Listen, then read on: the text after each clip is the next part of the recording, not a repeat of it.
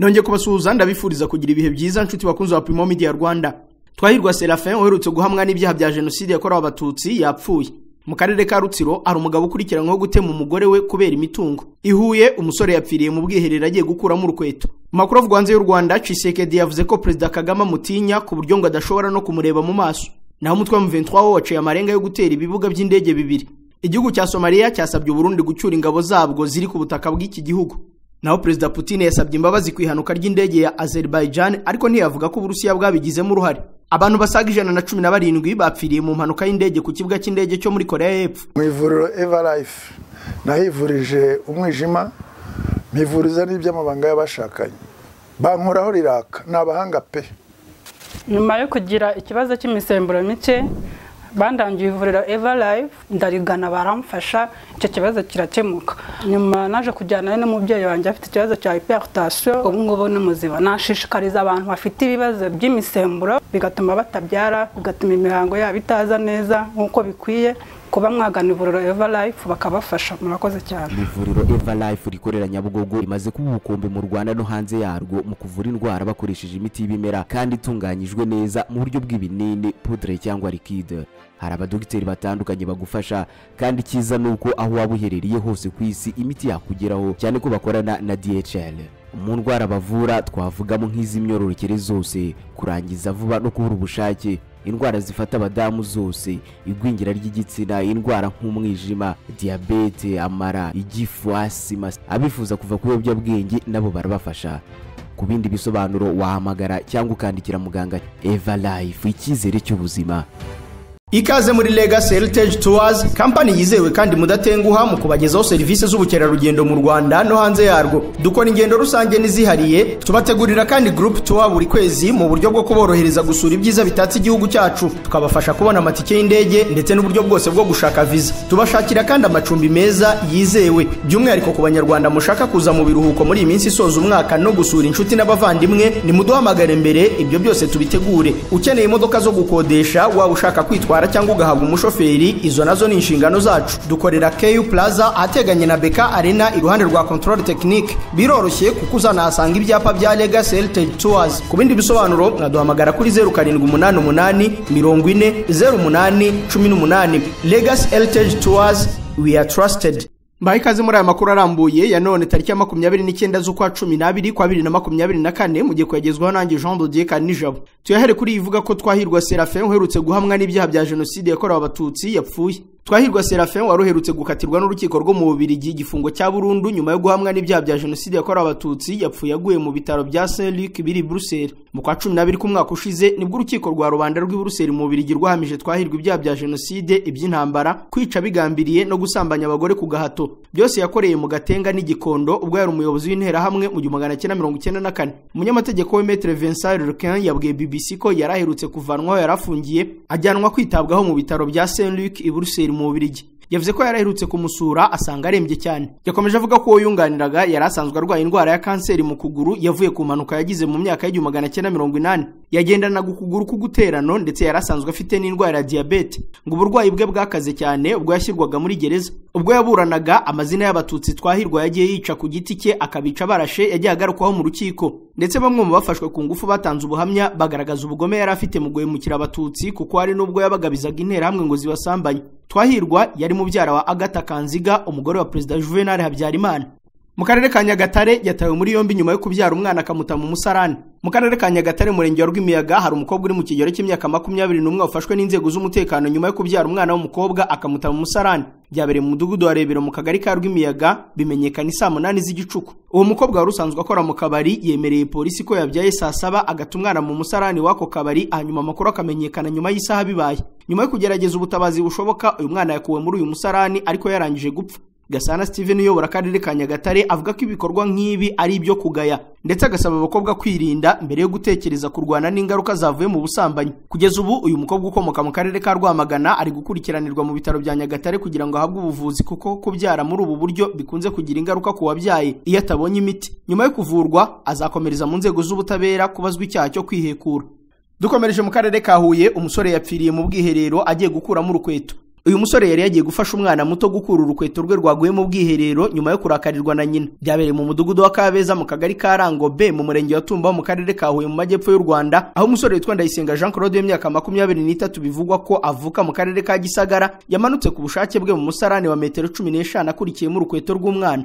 Biravugwa ko intandaro yo kwinjira mu musarani ari uburakari umusore yabonye nyina w'umwana wataye urukweto yari afite, bituma amanuka mu musarani nk'ubutabazi bwo gutuma umwana batamukubita. Ababonye Ndayisenga Jean Claude usanzwe witwa Samusoni ajya mu bwiherero bavuze ko ubwiherero yapfiriyemo ari we wabucukuye, dore ko ariko kazi asanzwe akora anabifatanya no kuba umuzamu. Abaturage bamaze kubona ko Samusoni yatinze mu musarani bahise batabaza gusaba ibi by'ubusa, kuko mugenzi we yagerageje kumukurikira akananirwa kumuvanamo bitewe na gazi yasanzemo ikamuca intege. Ishami rya polisi y'u Rwanda rishinzwe ubutabazi ryahageze, umurambo w'umusore uhita ukurwa mu bwiherero. Polisi yagira inama abaturage kwirinda kwishora mu bikorwa bishyira ubuzima bwabo mu kaga.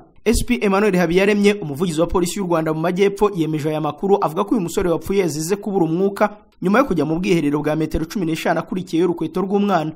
Mu karere ka Rutsiro yatawe muri yombi akekwaho gutema umugore we akamukomeretsa ku kuboko. Jean Damascene Mutabazi wo mu mudugudu wa Kanyempanga mu kagari ka Bunyoni k'umurenge wa Kivumu y'akarere ka Rutsiro wafungiye kuri station ya Ribu ya Kivumu ahakurikiranyweho gutema umugore we Umutoni Claudine akamukomeretsa ku kuboko kw'iburyo. Uyu mugabo w'imyaka 32 yakomerekeje umugore w'imyaka 24 bapfa ko umugabo yashatse kugurisha umurima umugore akamutambamira. Ikinyamakuru Imvaho Nshya cyanditse ko umwe mu baturanyi b'uwo muryango avuga ko babana mu buryo butemewe n'amategeko bagahorana amakimbirane ashingiye ku mitungo, aho umugabo aba ashaka kugurisha ibyo bahahanye byose ngo abijyane mu nzoga no mu bandi bagore. Umugore akabyanga, yanamubwira ngo basezerane byemewe n'amategeko, umugabo ntabikozwe, nyamara mu buyobozi akiyerekana nk'ubyumva. Ikizihiza Arda, umunyamabanga nshingwabikorwa w'umurenge wa Kivumu, avuga ko uwo mugabo yakoreye umugore we ihohoterwa rikomeye amutema ukuboko, ariko ko yatawe muri yombi kugira ngo abibazwe.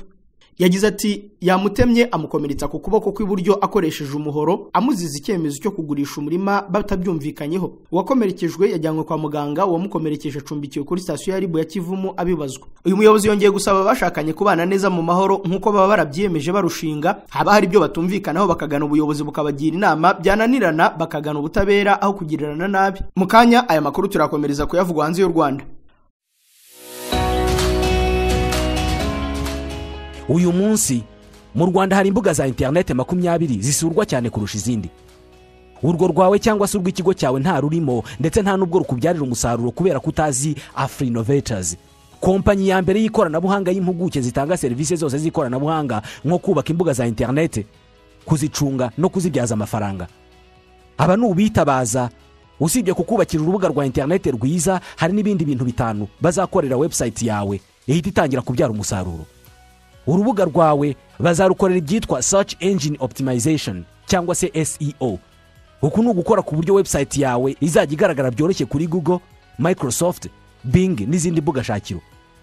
Niba ari urubuga rw'ubucuruzi, ibicuruzwa byawe bizahita bigera kuri benshi. Bazakubakira uburyo bwo kwamamaza website yawe ku mbuga nkoranyambaga, kandi bagukorera ibyitwa pay per click. Ibi ni ukwishyura udufaranga duke cyane, maze imbuga nkoranyambaga nka Facebook, Instagram, LinkedIn cyangwa se Google bakakwamamariza. Banagukorera email marketing, ari byo kugira liste nini ya email woherereza abantu ubabwira ibyo ukora. Ibi nibyo Afrinovators bazobereyemo. Niba ufite urubuga rwa internet rwaba urukorerwaho ubucuruzi, urw'ikigo kitari icya leta, urwamamazwaho serivisi nk'ubukerarugendo, urutangirwaho amasomo n'ibindi, inzira yonyine yo kurumenyekanisha no kurubyaza umusaruro ni Afrinovators Limited. Bahamagare cyangwa ubandikire kuri WhatsApp kuri 07 85 73 70 cyangwa ubandikire email kuri info@afrinovators.com cyangwa usura urubuga rwabo rwa internet y3.afrinovators.com. Ushobora no kubasura aho bakorera mu mujyi wa Kigali muri Town Center Building inyuma ya Simba Supermarket.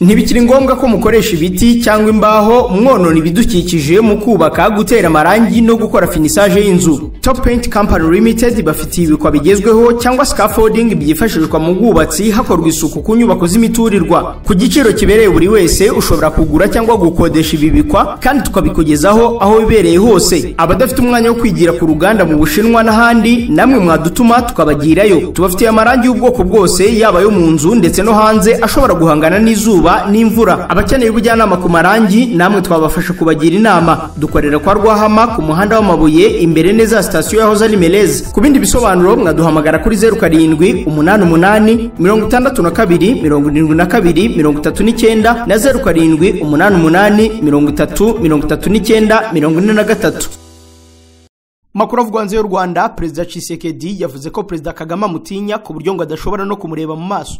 Perezida wa Repubulika ya Demokarasi ya Kongo Antoine Felix Tshisekedi yikomanze ku gatuza avuga ko mugenzi we Paul Kagame w'u Rwanda mutinya. Ari mu mujyi wa Mbujima mu ntara ya Kasai Iburasirazuba yifashishije urugendo nk'umwanya wo kwibasira u Rwanda na Perezida Paul Kagame. Nyuma y'uko ku cyumweru tariki ya 15 z'uku kwa 12 bombi bagombaga guhurira mu nama yagombaga kubera i Rwanda muri Angola, gusa birangira uruhande rw'u Rwanda rufashe icyemezo cyo kutayitabira bitewe n'uko Kinshasa yari imaze kwisubira ku munota wa nyuma ku ngingo yo kujya mu mishyikirano na M23. Nubwo Perezida Paul Kagame atigeze ajya i Rwanda, Tshisekedi we yagiyeyo ndetse anagirana ibiganiro na Perezida Joao Lorenzo wa Angola usanzwe ari umuhuza mu bibazo bya Kongo n'u Rwanda, ndetse na Uhuru Kenyatta wahoze ari Perezida wa Kenya ufite inshingano zo kuba umuhuza mu bibazo byo mu burasirazuba bwa Kongo. Minisitiri wa Nyiramahanga n'ubutwererane w'u Rwanda Ambasaderi Olivier Nduhungirehe mu minsi ishize yasobanuye ko mbere ko Tshisekedi ahitamo kujya i Rwanda yari yabanje kumenyeshwa ko inama ye na Perezida Kagame itakibaye, gusa ahitamo kwinangira ajyayo mu rwego rwo gukomeza gushaka urwitwazo. Tshisekedi ariko we avuga ko mbere y'uko inama ye na Perezida Paul Kagame isubikwa yarazi neza ko mugenzi w'u Rwanda atazayitabira ngo kuko atatinyuka kurebana nawe mu maso. Yagize ati ubwo najyaga i Rwanda nari mbizi kuri ya mutipe Perezida Kagame atari buze, akunze kumpunga, arantinya, ntabwo ashobora kundeba mu maso. Iyo duhuye mureba mu maso hanyuma akareba handi. Nyuma y'aya magambo abanyekongo benshi banenze cyane perezida wabo, bunga mu ryo Perezida Kagame yigeze kumutangazaho ko ashoboye byose usibye kugenzura ingaruka z'ibyo avuga. Dukomereje muri Repubulika ya Demokarasi ya Kongo, umutwe wa M23 waciye amarenga yo gutera ibibuga by'indege bibiri. Inyeshyamba za M23 zikorana n'ihuriro Alliance Fleuve Congo zatangaje ko zishobora kugaba ibitero ku bibuga by'indege bibiri ingabo za Kongo zikoresha zibarasaho. Umutwe wa M23 uvuga ko hashize igihe ingabo za leta FARDC zikoresha indege z'intambara zirimo kajugujugu mu kugaba ibitero mu bice z'inyeshyamba zigenzura ndetse birimo n'abaturage b'abasivili. M23 ivuga ko ibyo bibuga by'indege bibiri ari icyagoma muri Kivu y'Amajyaruguru n'icya Kavumu muri Kivu y'Amajyepfo bikoreshwa mu kugurukirizaho izo ndege no kuzakira. Itangazo ry'uyu mutwe rivuga ko M23 yamagana ibyo bitero kandi ko izabiburizamo ihereye aho bituruka. Rigira riti AFC M23 ntizakomeza kurebera ubwicanyi. Niba ibyo bitero bikomeje kwiyongera nta yandi mahitamo tuzaba dufite uretse kubikumirira aho bituruka naho bigaragara kugira ngo turinde abaturage b'abasivili. Ku munsi w'ejo kuwa gatandatu imirwano yakomereje muri teritwari Nyiragongo aho umutwe M23 uhanganye n'ingabo za leta. Abatuye mu gace ka Rusayo bavuga ko bumvise amasasa arimo ayimbunda nini nini. Amakuru avuga ko M23 n'ingabo za leta n'urubyiruko rwa Wazalendo bari kurwanira hitwa Kanyamahoro mu birometero bike ugereranyije naho umujyi wa Gomuri. Tukiri muri iki gihugu kandi ADF yishe abantu 21 mu cyumweru kimwe. Abantu 21 nibo bishwe mu cyumweru kimwe n'umutwe wa ADF mu burasirazuba bwa Repubulika ya Demokarasi ya Kongo. Kugeza tariki ya 21 z'uku kwezi abarwanyi ba ADF bagabye ibitero mu bice bya Robine mu majyaruguru ashyira uburengerazuba bw'intara ya Kivu ya ruguru muri segiteri yitwa Bapele. Amakuru avuga ko muri ako gace abo barwanyi bahiciye abantu 6 hanyuma tariki ya 22 z'uku kwa 12 bageze mu gace bihana imbibi kitwa Kojo bahicira abantu 12. Impfu z'aba bantu ziturutse kuri ibi bitero bya ADF zemezwa n'uhagarariye umuyobozi w'intara muri Bapele Makele Sivikunura. Tariki ya 25 z'uku kwa 12 ADF yagabye ibitero mu ntera ya kilometero 5 kugira ngo ugere mu gace ka Makele yica abaturage 3. Uyu mutwe wa ADF rero ufite inkomoko muri Uganda ukabukorana n'indi mitwe igendera ku matwara akomeye y'idini ya Islam watangiye gukorera mu burasirazuba bwa Repubulika ya Demokarasi ya Kongo mu myaka ya 1990. Hashize igihe kinini ingabo za Uganda zigira uruhare mu bikorwa byo kurwanya uyu mutwe ariko ntabwo urarandurwa. Somalia yo yasabye Burundi gucyura ingabo zayo ziri muri icyo gihugu. Kuva mu ntangiriro z'umwaka utaha 2025 Burundi ntibuzongera kohereza ingabo mu butumwa bw'umuryango wa Afrika yunze ubumwe bwo kugarura amahoro muri Somalia.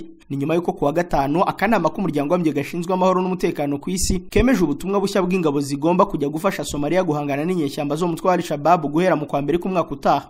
Ubu butumwa bushya buzwi nka AUSOM buzasimbura ubwari busanzwe muri Somalia buzwi nka ATMIS bugomba kurangira ku itariki ya 31 z'uku kwa 12. Uburundi buri mu bihugu byari bifite ingabo nyinshi muri ubu butumwa, gusa ingabo zabwo ntizizitabira ubutumwa bushya nk'uko umwe mu basirikare bakuru muri iki gihugu yabihamirije ibiro ntaramakuru AFP by'Abafaransa. Kugeza ubu ntiharamenyekana impamvu iki gihugu cyanze kohereza ingabo zacyo muri Somalia, gusa amakuru avuga ko byatewe no kunanirwa kumvikana n'umuryango wa Afrika yunze ubumwe ku mubare w'ingabo iki gihugu cyagombaga kohereza. Bivugwa ko Uburundi bwari bwasabwe ingabo 1000 ariko bwo bwifuza kohereza umubare wisumbuye. Hagati aho Minisitiri w'Ingabo wa Somalia mu ibaruwa aheruka kwandikira mugenzi we w'u Burundi yamusabye kohereza muri Somalia itsinda rigomba gutegura uko ingabo z'u Burundi zataha hanyuma ibirindiro zirimo bigashyikirizwa ingabo za Somalia.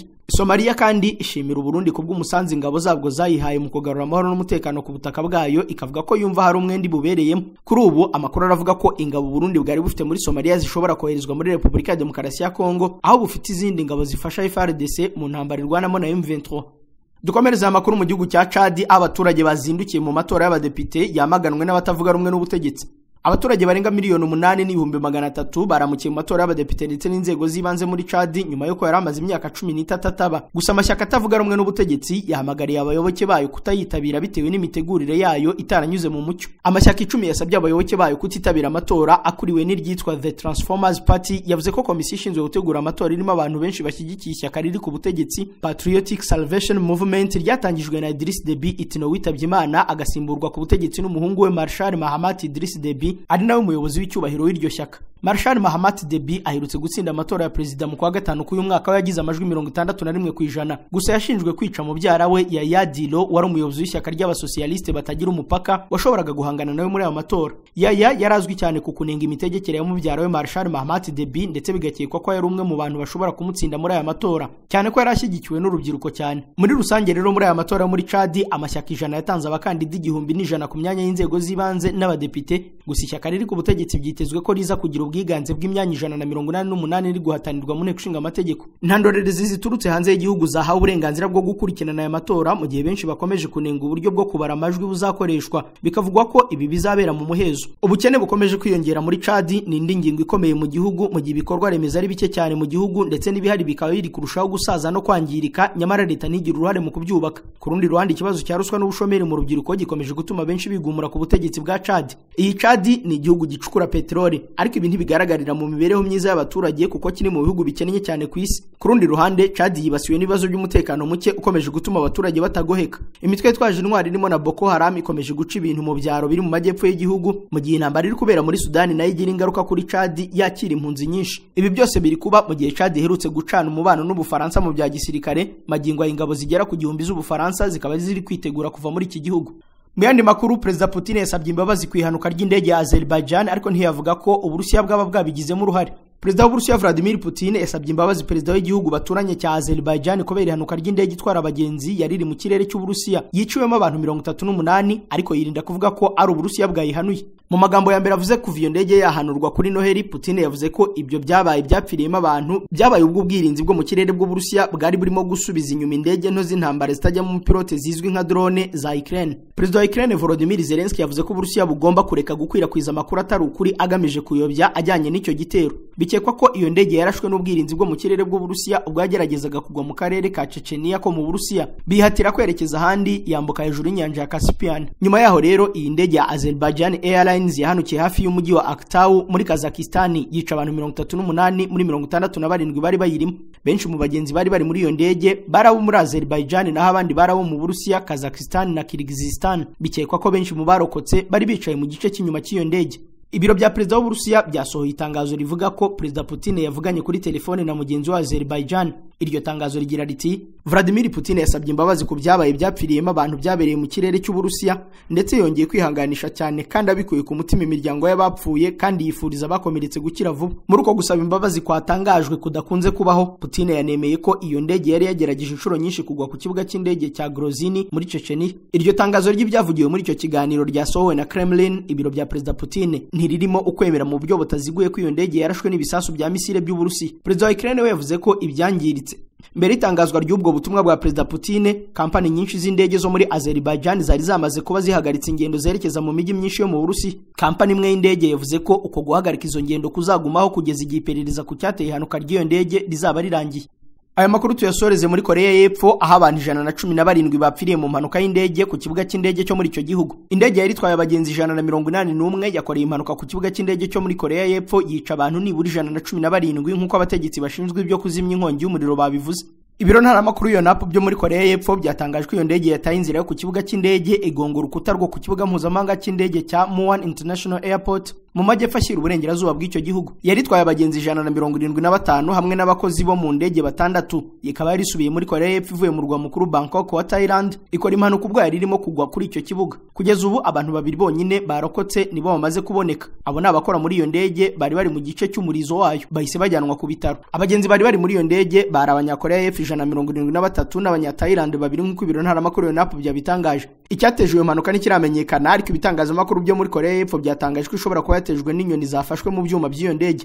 Amashusho atagenzuwe yatangajwe ku mbuga nkoranyambaga ajyanye n'iyo mpanuka yabaye nyuma gato ya saa 3 z'igitondo ku isaha yaho, agaragaza iyo ndege inyerera igatinzira yayo ku kibuga cy'indege nuko iragenda ikubita mu rukuta, nyuma igice cyayo kiragurumana. Andi mashusho agaragaza umwotsi mwinshi w'umukara uzamuka mu kirere. Ikigo cya Korea y'Epfo cyo kuzimya inkongi cyavuze ko abakozi 80 bazimya umuriro hamwe n'imodoka z'amakamyo zirenga 30 boherejwe aho iyo mpanuka yabereye. Ikibuga mpuzamahanga cy'indege cya Muan kiri mu ntera ya kilometero hafi 178 mu majyepfo y'umurwa mukuru Seoul. Urwego rwa Korea y'Epfo rwo gutwara abantu mu ndege rufatwa nk'urufite amateka akomeye mu by'umutekano w'abagenzi. Iyi mpanuka niyo ya mbere ibaye ipfiriyemo abantu mu mateka ya kampani Jeju Air, imwe muri kampani nini cyane mu gihugu cya Korea y'Epfo zo gutwara abagenzi mu ndege ku giciro cyo hasi, yashinzwe mu 2005. Ni nayo mpanuka ya mbere ipfiriyemo abantu ikozwe na kampani y'indege yo muri Korea y'Epfo mu myaka irenga 10 ishize. Mu 2013 abantu 3 barapfuye ubw'indege ya kampani Asiana Airlines yakoraga impanuka ubwo yari irimo kugwa ku kibuga cy'indege cy'i San Francisco muri Leta Zunze Ubumwe za Amerika. Bakunzi wa Primo Media Rwanda, iyi nkuru y'impanuka y'indege yo muri Korea y'Epfo niyo dusoreje amakuru ari kugarukwaho. Reka mbashimire kwa mwarimu yakurikiye, ndabararikira gukomeza kureba ibindi biganiro biri kuri urubuga. Bye.